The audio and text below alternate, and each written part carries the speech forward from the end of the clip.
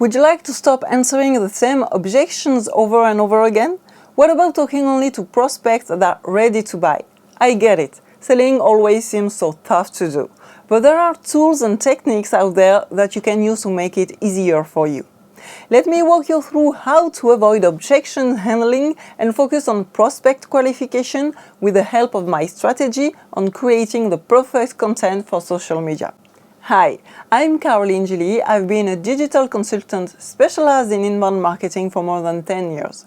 I'm also an active network marketer and I've become a leader in my company within 2 months using the strategies I'm sharing with you.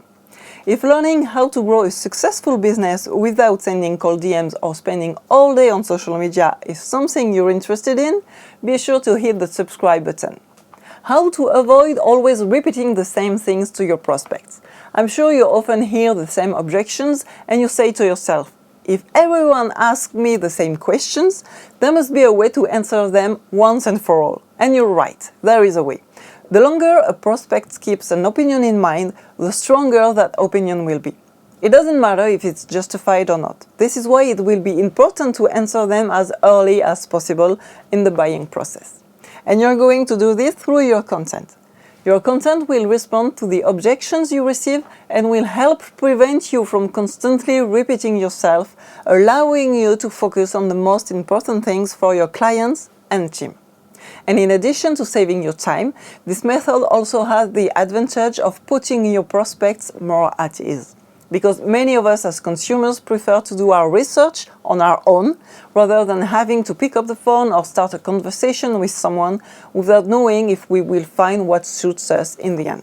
So with objection-led content, you'll finally be able to chat with highly qualified prospects who already have the answers to their common questions and are ready to take action.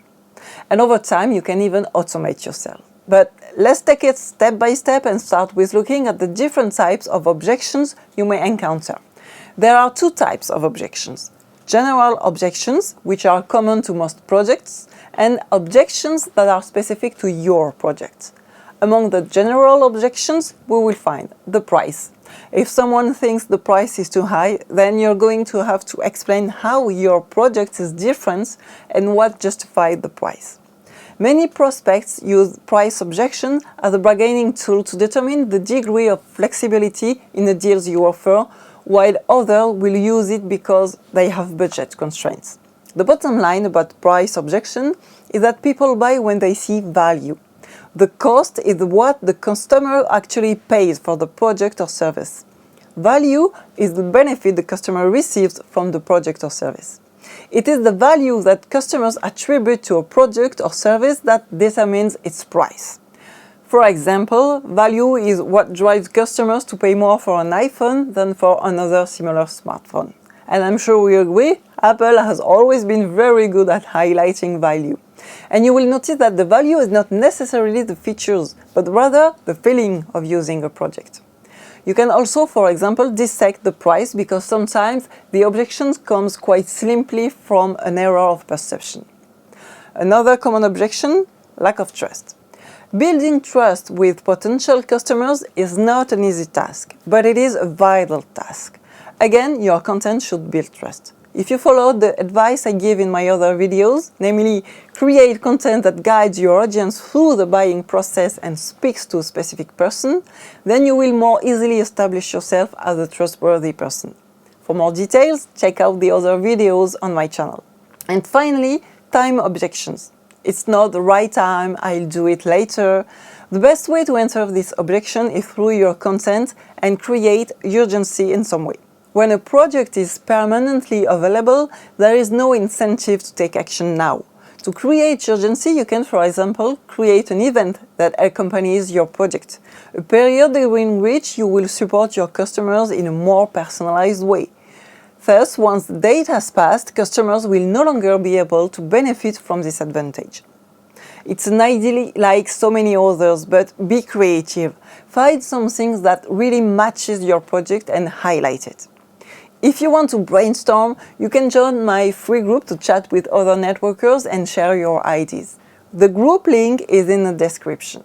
So we have just seen the common objections. Now, How do you identify the ones that are specific to your project? There are several ways. The first is the most obvious. Write down the questions your prospects ask during conversation and use them to create content.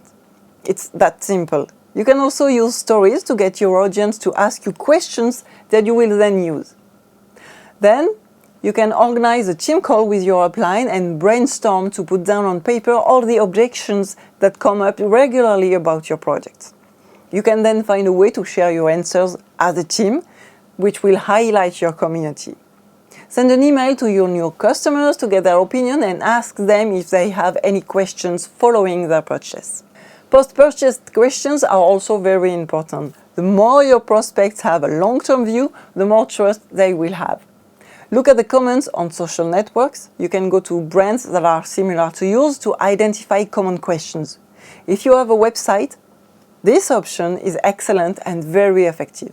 Set up a live chat. The small chat box at the bottom right of the site, which allows you to contact customer service, you will be surprised by the number of often very relevant questions you will receive. And there you go. You have the method to identify the most important questions, objections, and answer them through your content. When someone asks me a question that I have already answered, I point them to the post or page in which the answer can be found. A short sentence like, "Yes, this is a question I often get. I totally understand. I answered that on this page," and I gave the link. And then I continue the conversation trying to understand even better what is holding the prospect back. Having already answered the question officially will give you even more credibility and build trust.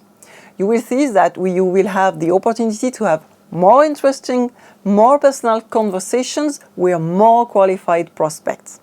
No more endless presentations, you now have quality conversation.